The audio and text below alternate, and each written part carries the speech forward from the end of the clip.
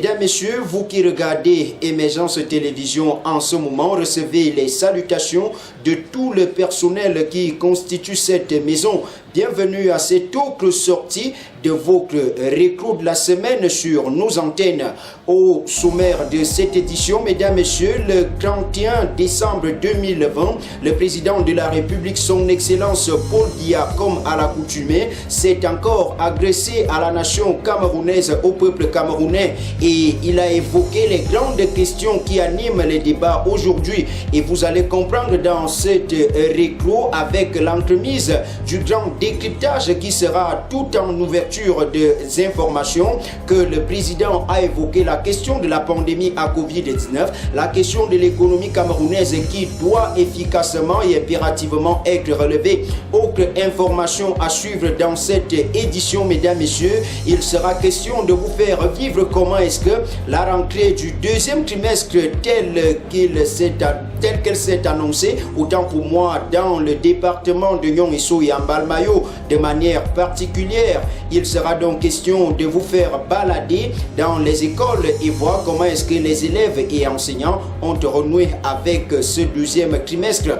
Autre information capitale à découvrir dans cette édition, mesdames, messieurs, plus qu'il faut informer, il faut également sensibiliser les populations sur l'impact et la négativité de ce que l'insalubrité peut causer dans notre société. Et on va faire un tour dans quelques quartiers de la ville chef-lieu du département de Nyong-Esso, ici même en Balmayo, où il sera question de voir comment est-ce que les populations parviennent quand même à vivre avec des tas d'immondices à proximité de leur domicile. Mesdames, messieurs, voilà pour le sommaire. Un tour du côté de la régie et on se retrouve juste après pour le développement de toutes ces informations.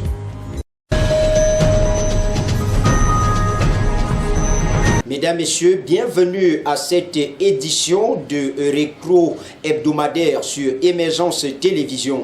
Je l'annonçais en titre, Mesdames, Messieurs, le président de la République, son Excellence Paul Biya, comme il a coutume de le faire chaque 31 décembre, a exprimé son lien avec le peuple camerounais le 31 décembre 2020 dernier. Dans son message à la nation, son Excellence évoque les grandes questions qui animent l'actualité aussi bien au Cameroun qu'à l'étranger. Tout d'abord, il évoque la question de la pandémie à Covid-19. Par la suite, son Excellence Paul Biya reconnaît la gravité de la situation qui sévit dans le nord-ouest et le sud-ouest, ce que la presse appelle aujourd'hui la crise anglophone.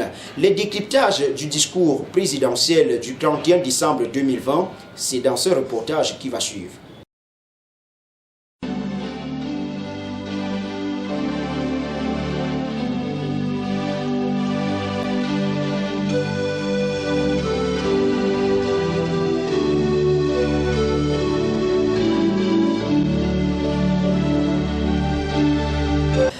Lors de son adresse au peuple camerounais le 31 décembre 2020, le président de la République, son Excellence Paul Biya, évoque les grandes questions qui animent l'actualité et défraient la chronique au Cameroun ainsi que dans le reste du monde.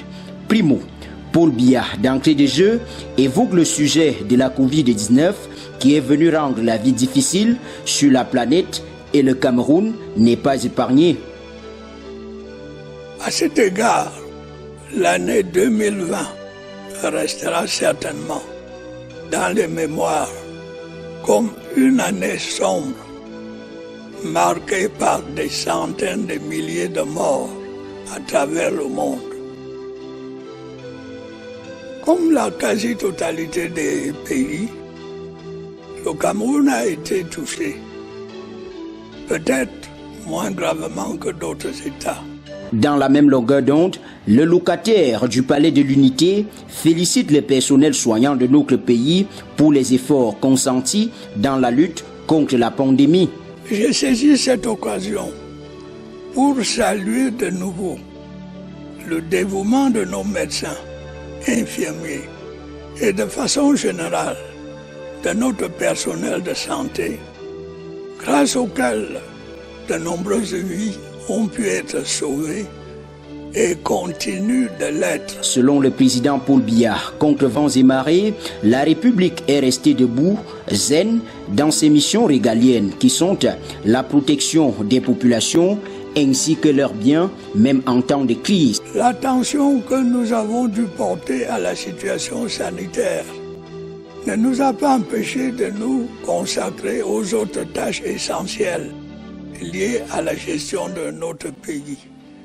C'est-à-dire assurer la sécurité et la paix sur toute l'étendue de notre territoire national, consolider notre processus démocratique, enfin poursuivre la réalisation de notre programme de développement sur les plans économiques, social et culturel. Ça aurait été un crime de lèse-majesté si dans son message de ce 31 décembre 2020, Paul Biya n'évoquait pas le problème de l'insécurité que le pays connaît depuis des années aujourd'hui. C'est d'ailleurs sur ce point que son Excellence s'est appesantie en second lieu. Il évoque par conséquent les exactions de la frontière orientale et le septentrion, sans oublier le problème de la crise dans le nord-ouest et le sud-ouest. Dans le premier cas, il s'agit de bandits de grand chemin, attirés par des proies faciles que constituent les paisibles éleveurs et leurs troupeaux. Dans le second, ce sont désormais des raids isolés de Boko Haram ou des tentatives d'attentats suicides confiées à des adolescents. La situation est différente dans nos régions du nord-ouest et du sud-ouest, où des groupes armés entretiennent un climat de terreur et d'insécurité. La liste est déjà longue des exactions et des crimes qu'ils ont commis.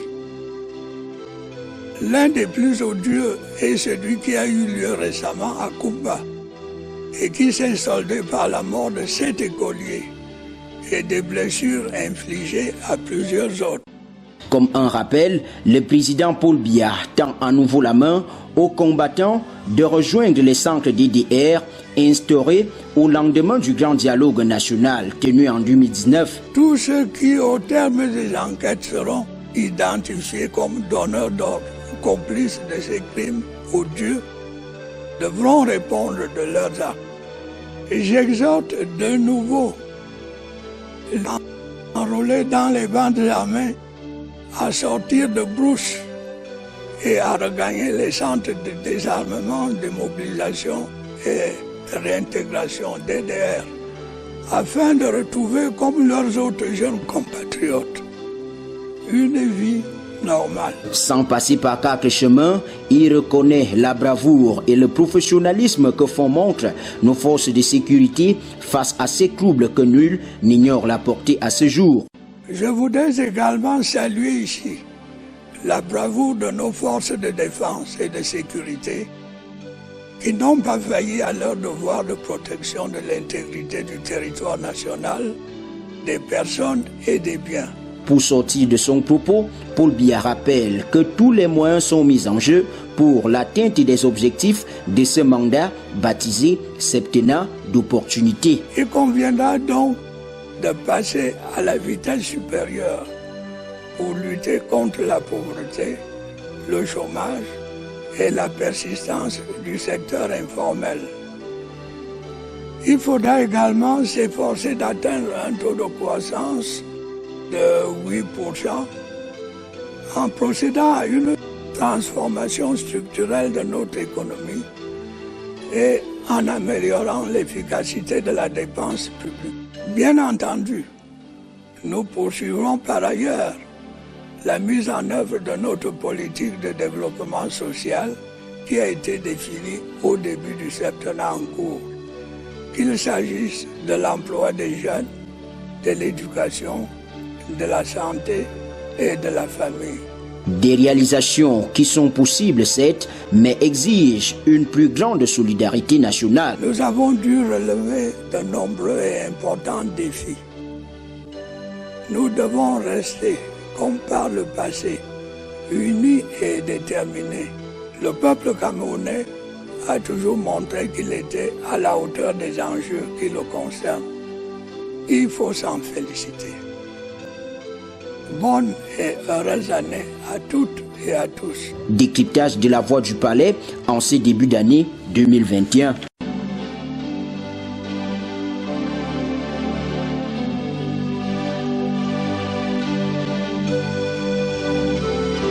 Et puisque nous parlons des questions liées au développement, des questions liées à la construction de la République du Cameroun, mesdames, messieurs, ce fait de société dans la ville chef-lieu du département de Nion-Esso, le disait déjà Antikraï, il est palpable et c'est visible dans quelques quartiers ici même en Mbalmayo. L'état d'immondice semble avoir noué une bonne relation avec la population. Voici un reportage qu'a réalisé Émergence Télévision après avoir effectué un tour de reportage dans certains quartiers. Suivez cet élément et appréciez.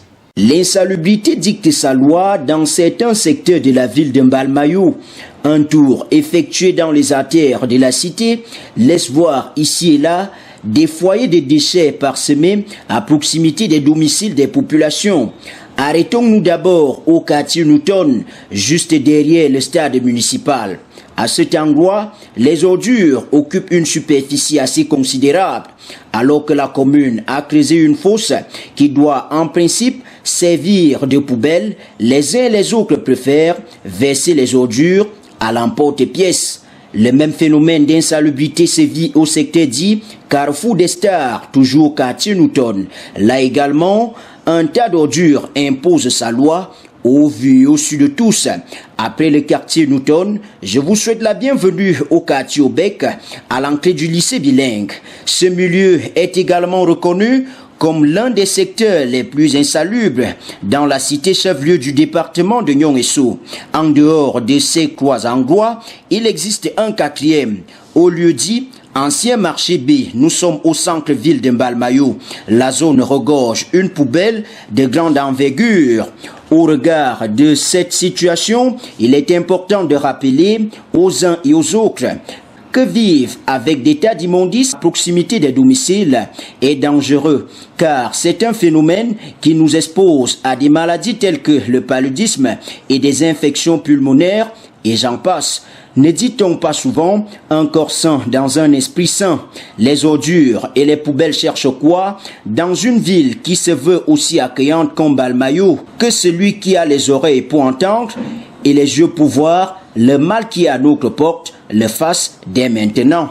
Vous l'avez donc constaté, vous l'avez vu vous-même par vos yeux. Ces quartiers sont donc reconnus comme étant des milieux où l'insalubrité sévit dans cette ville. Il faut rappeler que le magistrat municipal, pour endiguer, pour mettre fin à cette situation, a institué une journée de propreté. Il s'agit des jeudis. Chaque jeudi dans la ville de Mbalmayo, les uns et les autres doivent donc s'accommoder à prendre des balais. Question de rendre la cité un peu plus propre. Nous reviendrons sur cette information dans nos prochaines éditions.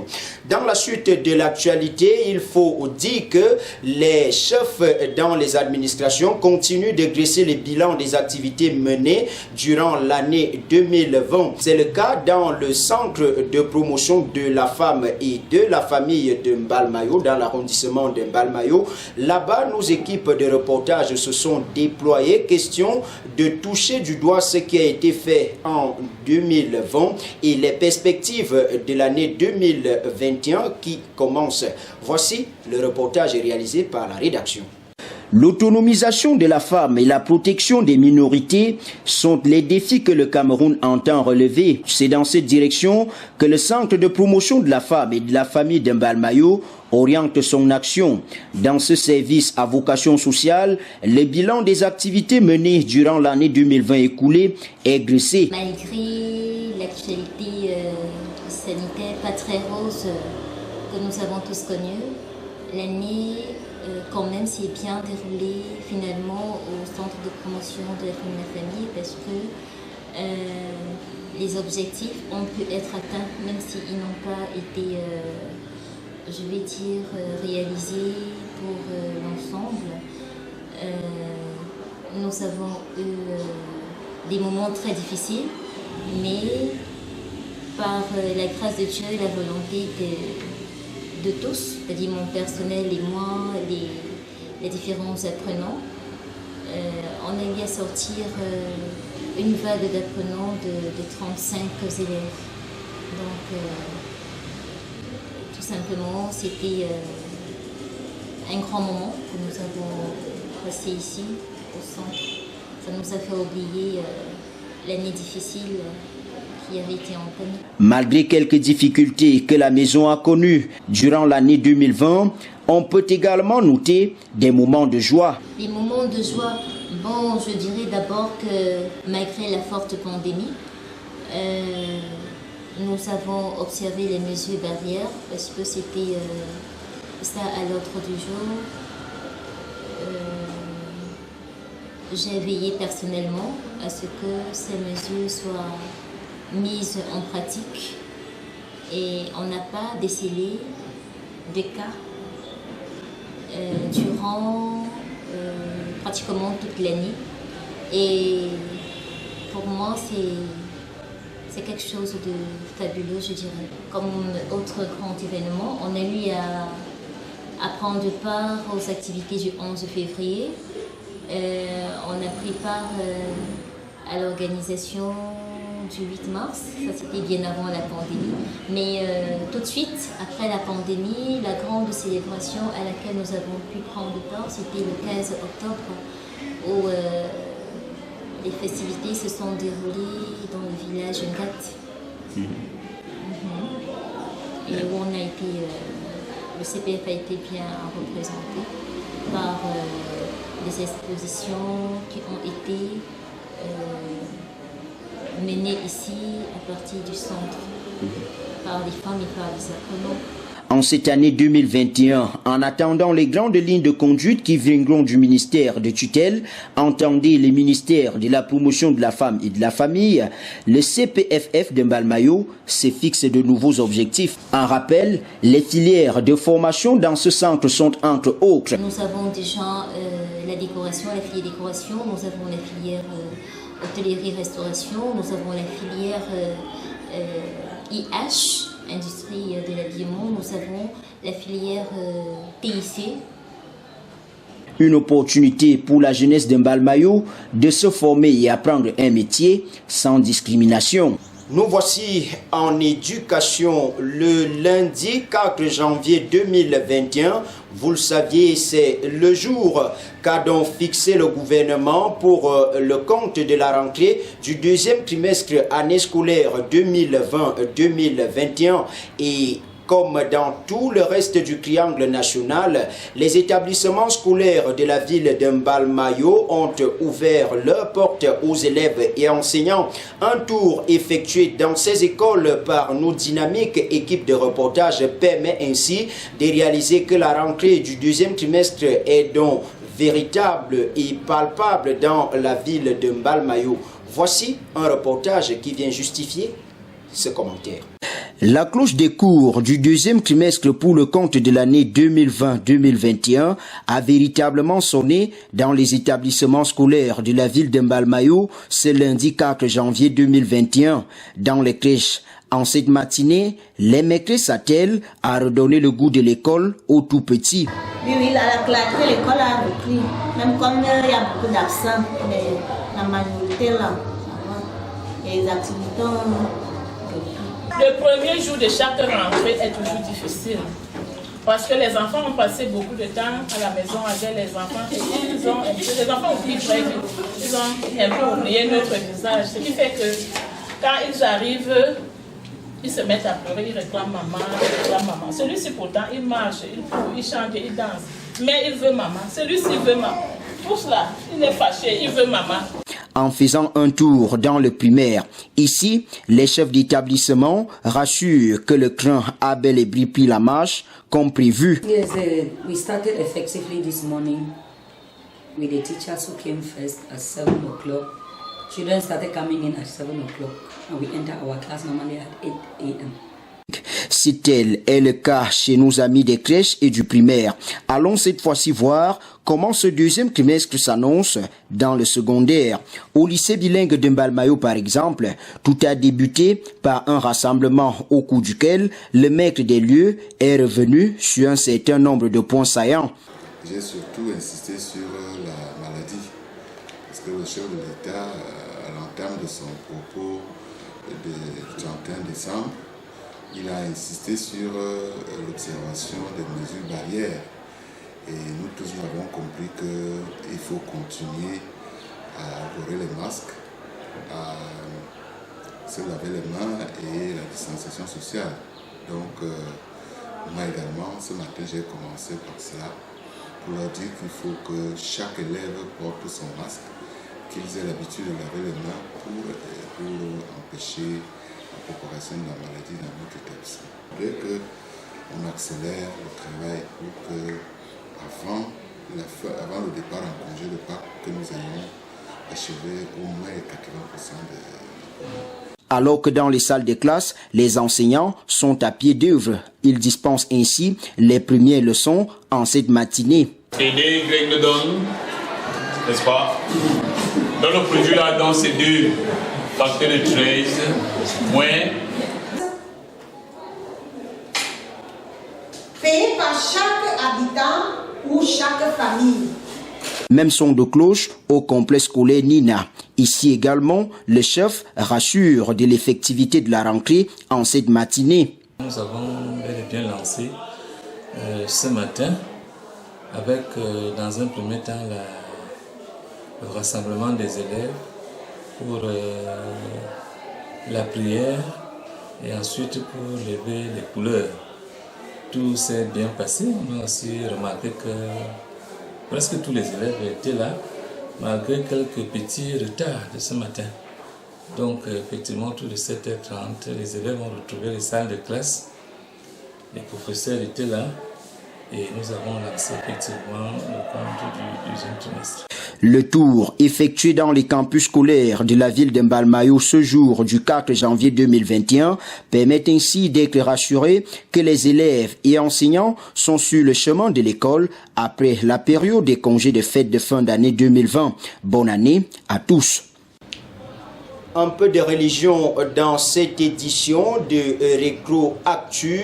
Le 1er janvier 2021, une date que la paroisse EPC Ouyak Emmanuel va toujours retenir à cœur.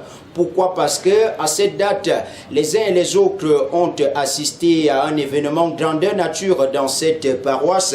Il s'agissait donc de la cérémonie de pose de la première pierre dans le cadre de la construction du complexe hospitalo-scolaire Dieu avec nous dans cette paroisse. Le projet va être exécuté au bout de 3 ans et d'après les informations récoltées sur le terrain, les travaux qui se tiennent déjà en ce moment même du côté d'Ouyak, toujours ici à Mbalmayo, s'élèvent à hauteur de 700 millions de francs CFA. Les précisions, c'est dans ce reportage. La pose de la première pierre du projet de construction du complexe hospitalo-scolaire Dieu avec nous de la paroisse EPC Ouyak Emmanuel a eu lieu ce 1er janvier 2021 à Mbalmayo. La cérémonie a débuté par un culte.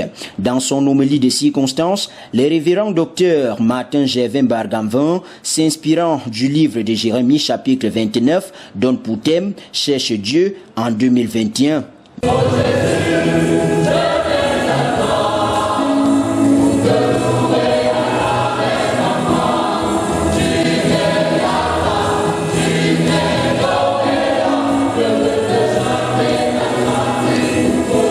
Après la dégustation de ce pain spirituel, l'on est passé au rituel de la pose de la première pierre, accompagné des propos de bénédiction. Qu'il facilite sa face sur vous, qu'il vous accorde ses grâces et surtout qu'il puisse permettre en sorte que ce projet puisse se réaliser en bonne et due forme. C'est au nom et par le mérite de Jésus-Christ que nous avons ainsi prié. Amen. Amen.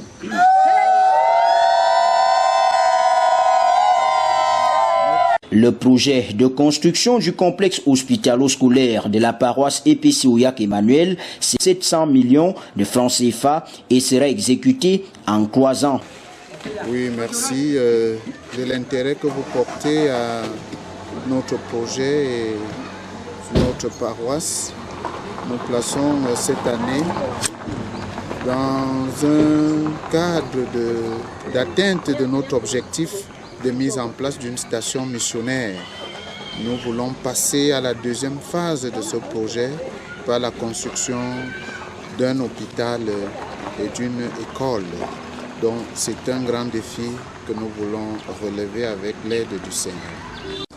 Il faut dire, avec le révérend docteur Martin Gervin Bargamvin, que toutes les stratégies sont d'ores et déjà mises sur pied pour la bonne exécution des travaux. C'est un projet qui s'élève à 700 millions. 700 millions. Et la stratégie est déjà mise en place pour le recouvrement de ces 700 millions. Nous avons lancé une opération d'actionnariat qui porte sur la mobilisation de 2000 personnes. 2000 personnes capables de donner 350 francs par jour pendant 3 ans. Voilà notre algorithme de mobilisation de financement.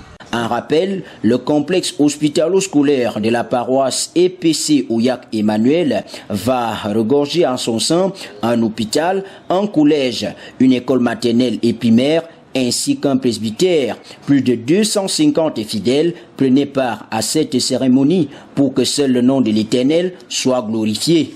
Avez-vous déjà entendu parler de la janviose? Cette expression semble toujours faire surface lorsque survient le mois de janvier de chaque début d'année. Dans le reste de l'actualité, nous allons donc faire un tour dans les commerces pour voir comment est-ce que l'activité économique tourne après les fêtes de fin d'année 2020. Un tour effectué dans la ville chef-lieu du département de Nyong-Esso, Ambalmayo, secteur par secteur, permet de comprendre que les activités ne tournent plus comme ça se faisait auparavant. Chez nos amis coiffeurs, les clients et la clientèle ne sont plus comme ça se faisait dans les jours écoulés. Au niveau du transport, les cars sont vides, les motomènes en longueur de journée bousillent le carburant mais sans clientèle. Au niveau des marchés par exemple, on va comprendre que nos mamans essayent tant bien que mal de se battre de ce côté, alors que dans les débits de boissons, il ne peut que régner un climat de calme. Pourquoi? Parce que les uns et les autres ont cette soif, mais les moyens de soulever le coude ne sont pas à leur disposition. Voici un reportage réalisé dans la ville de Mbalmayo. La vie telle qu'elle va au lendemain des fêtes de fin d'année a toujours tendance à donner raison à la très célèbre formule « après la fête, c'est la défaite ». Dans les commerces et les ménages, le train de vie est en baisse à chaque fois que survient le mois de janvier. À Mbalmayo, dans le Nyong-Esso, en ce début d'année 2021, un tour effectué dans les coins générateurs des bénéfices laisse voir un décalage en matière de recettes. C'est le cas dans les secteurs de transport. On ne sait pas au quotidien, tu peux avoir le minimum. Le lendemain, tu peux avoir un peu plus. Peut-être l'autre jour, tu as fait moins. On ne sait pas. On ne sait pas. On fait avec ce qu'on a. Même son de cloche dans les gares routières. En ce qui concerne le transport chez nous, particulièrement, ça ne tourne plus parce que nous traitons surtout avec les villageois qui n'attendent que du cacao. Presque avant les fêtes, ils vendent et ils épuisent le stock. Actuellement, nous sommes déjà à la saison morte. Nos mamans au marché essayent tant bien que mal de serrer les coudes afin de joindre les deux bouts. Ici, nous sommes au marché Japon, dans la ville de Mbalmayo. Oui, mais pas trop comme en décembre. En décembre, il y avait le mouvement. Mais le Japon respire. Même s'il n'y a plus assez de gens, mais je pense que le marché Japon, on paie les plantains, on paie tout, tous les jours. Moi, je crois que ça va. Le phénomène de la janviose va jusqu'à dicter sa loi dans les salons de beauté, tels que le Martel ce coiffeur. Vous connaissez la situation après janvier. Janvier était toujours difficile. Étant donné le déplacement qu'on vient de faire au niveau de la gare routière, pour qu'on s'en sort au niveau de Bakassi, ça ne donne pas, puisque tous nos clients ne maîtrisent pas encore la position de tout un chacun. Donc il faut croiser quelqu'un peut-être en route pour connaître que la personne peut dire que je suis situé là-bas, je suis situé là-bas. Donc c'est trop difficile pour nous. Le plus difficile à accepter est que la sécheresse du mois de janvier parvient à pénétrer les poches des adeptes des débits de boissons.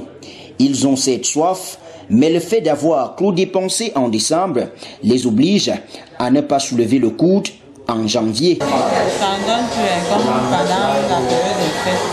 C'est un peu difficile. Le mois de janvier, pour l'opinion, est comme l'incarnation de la misère. Or, en réalité, la janviose n'est que la conséquence immédiate des dépenses exorbitantes que nous faisons le plus souvent pendant la période des fêtes de fin d'année. Il est donc grand temps que chacun prenne conscience. Quelques informations en perspective. Le samedi 16 janvier 2021, mesdames, messieurs, vous le savez, le Cameroun va abriter une grande compétition en ce qui concerne le sport. Il s'agit du CHAN et là, les stades sont d'ores et déjà au bon point pour accueillir les professionnels de football en ce qui concerne le continent africain. Et autres informations en perspective, mesdames, messieurs, vous qui nous suivez au quotidien, Émergence Télévision en ce début d'année 2021 a une bonne nouvelle pour vous qui avez les bouquets TV+. Vous pouvez désormais suivre nos programmes dans ce bouquet à travers le canal 66 Émergence Télévision, désormais dans le bouquet TV+, canal 66. On est également au niveau des bouquets tels que Créoline et Digital. Mesdames, messieurs, Émergence Télévision pour vous servir et pour vous donner la bonne information, désormais sur TV+. Un tour du côté de la régie, on se retrouve juste après.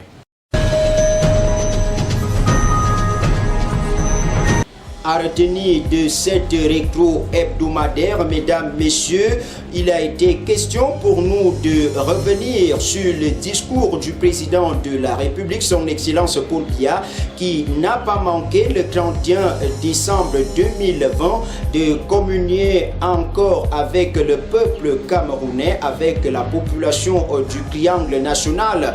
Autre information à retenir en rapport avec cette communication présidentielle, son Excellence Paul Biya est revenu sur la question liée à la pandémie à Covid-19. Il a également évoqué les questions liées à l'insécurité qui sévit dans les régions en crise aujourd'hui. Entendez le nord-ouest et le sud-ouest, sans toutefois oublier l'insécurité qui sévit également dans les frontières orientales et septentrionales de notre pays. Il a également évoqué dans son propos la question liée à l'économie. Aujourd'hui, il est donc ferme dans sa décision de continuer avec les grands chantiers de développement de notre pays, sans toutefois oublier les questions liées à l'emploi des jeunes.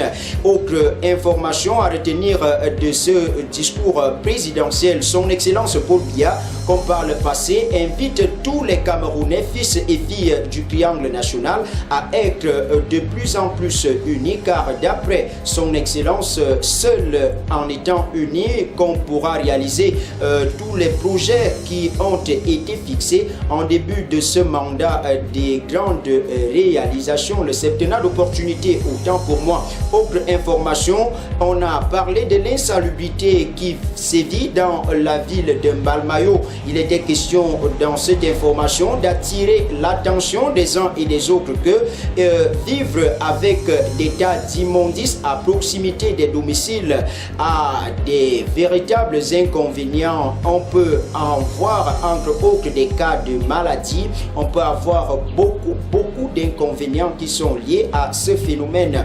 Autre information développée dans cette rétro spéciale, dans cette rétro hebdomadaire, on a parlé de la rentrée scolaire qui, depuis le lundi 4 janvier 2021, permet ainsi de démarrer le deuxième trimestre pour le compte de l'année scolaire 2020-2021. Voilà en quelque sorte ce qu'il faut retenir de cette récrue. Ont participé réalisation, éclairage David Ebengue, collaboration Sana Junior Luther venant à Inanzana. Au niveau de la coordination des programmes se trouve Raphaël Bida. Au niveau de la supervision générale, Guy Anon Arouga, le président directeur général d'Émergence Télévision.